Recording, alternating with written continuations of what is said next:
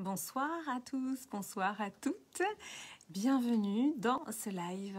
C'est le 31e live de mon défi qui est devenu un défi 60 jours de live. Je vais vous laisser le temps de vous connecter. J'espère que vous avez passé une bonne journée. Malgré le temps, malgré, j'ai envie de dire, des paramètres qu'on ne maîtrise pas, j'espère que vous avez passé une journée j'ai envie de dire pleine de discussions avec vous-même parce que je trouve vraiment que c'est ce qu'il y a de plus riche. Donc si vous êtes là, faites-moi un petit coucou dans le chat. Si vous êtes là en replay, il y a un oiseau qui m'a fait peur à la fenêtre. Coucou Marion, bienvenue dans ce live. Super, super. Merci pour ta présence. Je sais plus ce que je disais. Oui, donc voilà. Donc si vous êtes là, faites-moi un petit coucou dans le chat. Si vous êtes là en replay, mettez-moi le hashtag replay. Et puis voilà, ça fait toujours très plaisir de pouvoir répondre à vos commentaires. Bonsoir Ariane, merci pour ta présence en live. Super, top.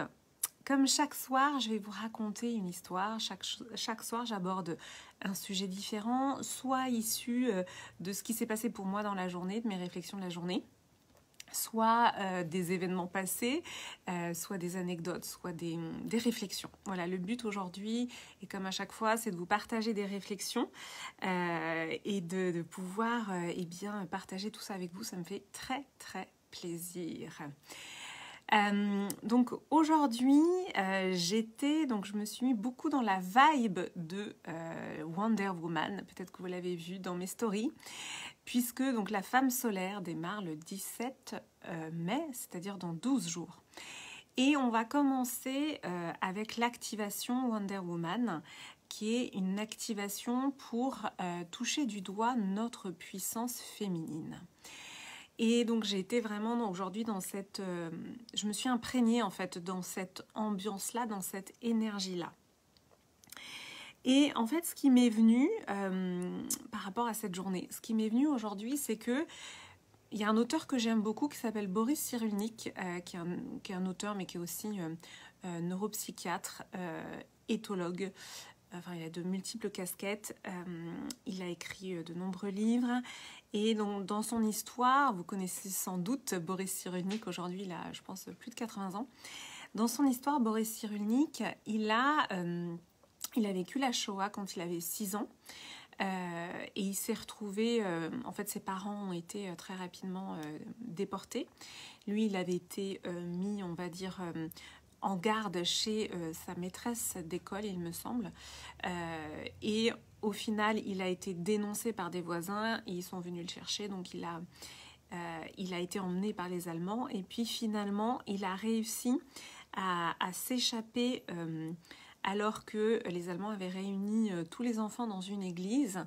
Eh bien, Boris Cyrulnik, il a réussi à se cacher en montant, comment dire, au plafond des toilettes. Oui, c'est un petit peu compliqué à expliquer, mais en fait, il a échappé à la surveillance des Allemands.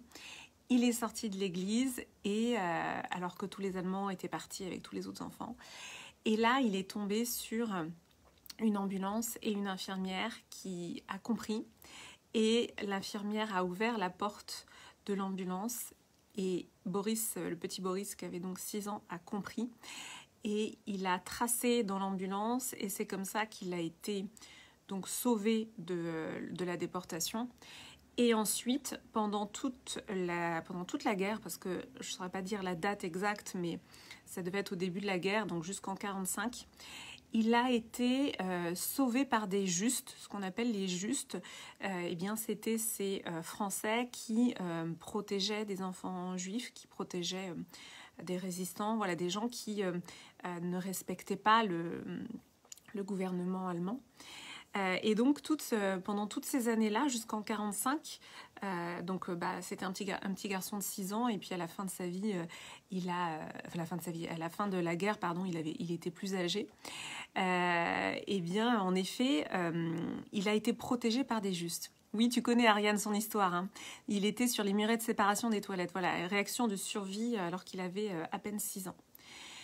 Et moi, ce qui m'a beaucoup touchée dans l'histoire de Boris Cyrulnik, c'est, en fait, ce qu'il raconte, c'est que jusqu'en 1945, dans sa vie, il y avait deux clans. Il y avait les justes, les personnes qui le sauvaient, puisqu'il a dû changer de famille plusieurs fois, etc. Mais en tout cas, il y avait un réseau de justes, des gens qui le protégeaient.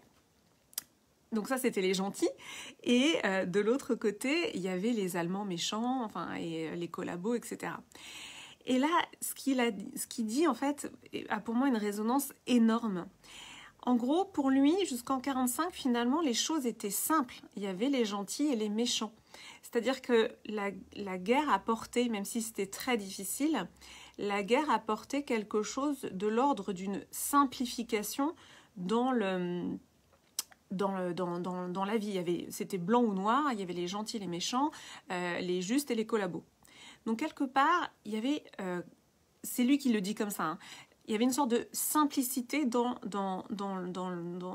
ce qui se présentait à lui, même si par ailleurs, c'était très difficile à vivre, évidemment. Et ce qu'il exprime très bien juste après, et que je ressens vraiment, c'est qu'après 1945, finalement, tout est devenu plus diffus, moins net, et donc plus difficile pour lui en termes de choix. Derrière, donc, il a été, comme il était orphelin, il a vécu dans des orphelinats, il a dû trouver des solutions pour faire des études, parce qu'évidemment, il n'y avait pas de financement pour ses études, et donc il est devenu neuropsychiatre, donc c'est de voir la force de caractère de cet homme. Et pourquoi je vous parle de cette anecdote? Parce que pour moi, ça résonne énormément, cette histoire dans nos vies, c'est pas si simple de percevoir ce qui est juste ou ce qui n'est pas juste pour nous. C'est extrêmement subtil. Et c'est vrai que pour des raisons de simplicité, on pourrait avoir tendance, on pourrait vouloir simplifier. Parce que quand c'est tout blanc ou tout noir, quand c'est les gentils, les méchants, quand c'est comme dans un film américain, hein, les gentils, les méchants, finalement, ça donne une lecture extrêmement simple du monde, ça donne une lecture extrêmement simple de nos vies, et ça simplifie les choses en termes de choix. Dans nos choix de vie, c'est tout blanc ou tout noir, c'est facile. Sauf que ça n'est pas la réalité de ce qu'on vit. Dans nos vies, tout est subtil. On est sur un niveau subtil, et en tout cas, moi, c'est ça que je perçois. Et c'est aussi là que j'ai envie de vous emmener, et je pense évidemment à la femme solaire, c'est à aller percevoir dans ce niveau de subtilité ce qui est juste ou ce qui n'est pas juste pour vous. Moi, ce que je ressens vraiment, c'est cette dimension subtile qui, finalement, dans une vie, peut nous faire vivre le cauchemar ou le paradis. J'utilise ces mots-là volontairement parce que dans mon parcours, dans ma vie, oui, j'ai été dans un cauchemar. Et aujourd'hui, je peux le dire, c'est un paradis. Et qu'est-ce qui différencie en fait ces deux vies, entre guillemets? Eh bien, pas grand-chose. C'est très subtil. C'est très très subtil et ça se passe à l'intérieur. Et c'est tout ce cheminement finalement qui m'a permis de repérer à l'intérieur mes schémas répétitifs et de voir comment finalement le cauchemar il était déjà à l'intérieur de moi et je le provoquais en fait à l'extérieur de moi. Et dans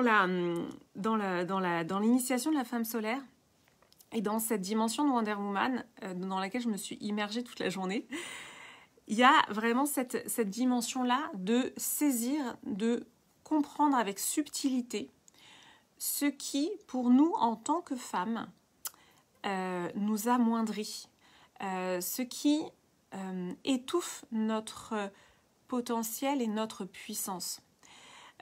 En tant que femme et en tant que petite fille, on nous apprend finalement l'impuissance. Ce concept d'impuissance apprise, peut-être que ça vous parle, moi ça me parle beaucoup.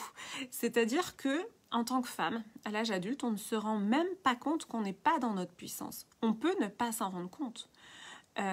Pourquoi on ne s'en rendrait pas compte? Parce que on nous a appris l'impuissance. C'est-à-dire qu'on nous a appris à ne jamais contrôler, à ne jamais pouvoir décider de ce qui nous arrive. L'impuissance apprise, le mécanisme, c'est le suivant, c'est que finalement, on est ballotté par les événements, on ne peut pas faire des choix conscients et on finit par, finalement aussi, avec d'éventuels traumatismes, on finit par, j'allais dire lâcher l'affaire, mais c'est un peu ça, on finit par avoir un sentiment qu'on n'a plus la main sur les choses, on finit par être dans la passivité et de ne plus jamais être dans l'action, parce qu'on a finalement appris au fur et à mesure du temps, c'est-à-dire qu'à chaque fois qu'on a peut-être eu une velléité d'agir, hop, on nous a appris impuissance et puis on nous a renvoyé dans notre impuissance. Et au final, on finit par accueillir sans s'en rendre compte, accepter sans s'en rendre compte notre propre impuissance. Et c'est vraiment ça l'impuissance apprise. Et eh bien, les femmes, on a... Alors, en général, j'aime pas faire des généralités. Non, les généralités, pour moi, il y a toujours des cas particuliers, évidemment. Mais il y a quand même une toile de fond que j'appelle le culturescape, qui est un mot que j'emprunte à Vishen Lakhiani, que j'aime beaucoup, qui est un auteur américain. Le culturescape, c'est ce qui nous structure culturellement parlant. C'est ce bassin culturel dans lequel on évolue dès la naissance. Et pour reprendre la référence de Boris Cyrulnik, il dit vraiment ça, le cerveau du bébé est sculpté par son milieu. Donc oui, notre cerveau est sculpté par notre milieu culturel. Donc oui, il y a des éléments qui sont structurants par rapport au féminin et qui nous enferment quelque part dans une forme d'impuissance apprise. Donc pourquoi c'est intéressant de se référer à des archétypes comme Wonder Woman? Pourquoi c'est intéressant? Alors déjà, Wonder Woman, je vais faire un post sur le sujet, mais c'est un personnage qui a été créé par un psychologue américain qui avait des velléités féministes, c'est-à-dire qu'il voulait justement faire exister un personnage féminin dans la puissance, dans la beauté, mais aussi avec douceur, mais avec courage, avec liberté. Il voulait, et en tout cas c'est ce qui est exprimé dans les différentes archives que j'ai pu consulter pour ce personnage, il voulait que les petites filles, que les jeunes filles aient accès à un archétype féminin d'empuissancement. L'empowerment, ça c'est le mot anglais, empuissancement, c'est le mot français. Il voulait que les jeunes filles, que les petites filles, les jeunes filles et les femmes aient accès à un modèle, un archétype qui leur permette de toucher du doigt leur puissance. Donc oui, c'est important de se connecter à ce type d'archétype, tout simplement parce qu'on a intégré cette impuissance apprise, on l'a intégrée malgré nous, et en tant que femme, on peut ne même pas savoir ce que c'est que la puissance. Donc avec cette première activation Wonder Woman qui commence le 17 mai, moi j'ai vraiment envie qu'on aille tout ensemble, toutes les femmes qui ont dit oui, on va aller toucher du doigt notre puissance, on va aller ressentir ce que c'est en fait. On va aller vraiment se connecter à cette puissance. La ressentir dans nos cellules et vraiment se dire oui, il y a un chemin vers notre puissance. Il existe en fait, il est à l'intérieur de nous. C'est pour ça que je dis souvent les Wonder Woman qui sont à l'intérieur de nous. C'est déjà à l'intérieur de nous, mais ça a été étouffé, plaqué, empêché en tout cas d'exister. Donc voilà, c'est toute ma réflexion de la journée sur cette dimension de puissance féminine et pourquoi on a besoin de la réactiver, cette puissance féminine, et pourquoi on a besoin de s'appuyer sur des archétypes féminins puissants. Voilà, j'aime le mot puissance et c'est aussi parce que j'ai ressenti beaucoup d'impuissance pendant ma vie que je me suis connectée à ce qu'était la puissance. Je me suis vraiment posé la question, je me suis dit mais c'est quoi la puissance et où j'ai envie de ressentir cette puissance? Eh bien tout ça, on va le vivre ensemble à partir du 17 mai dans l'activation Wonder Woman au sein de l'initiation de la femme solaire. Vous pouvez bien sûr toujours nous rejoindre si ça résonne, si ça vous parle. Envoyez-moi un MP et je vous répondrai avec grand plaisir. Voilà, j'étais très heureuse de partager ce live avec vous. Mettez-moi vos petits commentaires dans les commentaires. Hop, j'ai un petit message, donc je l'enlève. Tac. Je vais vous souhaiter une très très belle soirée. Diane des Amazones, oui. Génial, je vois Ariane, je vois que tu connais les références. Et oui, et aussi cette dimension d'Amazone. C'est très fort, hein, les Amazones, ce sont des femmes qui se sont rassemblées pour vivre en communauté. Et nous, ce qu'on va créer dans l'initiation de la femme solaire, c'est ce cercle de femmes, cette communauté de femmes où l'on va pouvoir aussi s'empuissancer. Voilà, on en a besoin en fait, parce que des femmes isolées, qu'est-ce que ça donne? C'est une perte de puissance en fait. Des femmes rassemblées dans la douceur, dans la beauté, dans la fermeté par rapport à nos valeurs, ça c'est magnifique. Et c'est ce qu'on va vivre, voilà, c'est ce qu'on va vivre tout ensemble.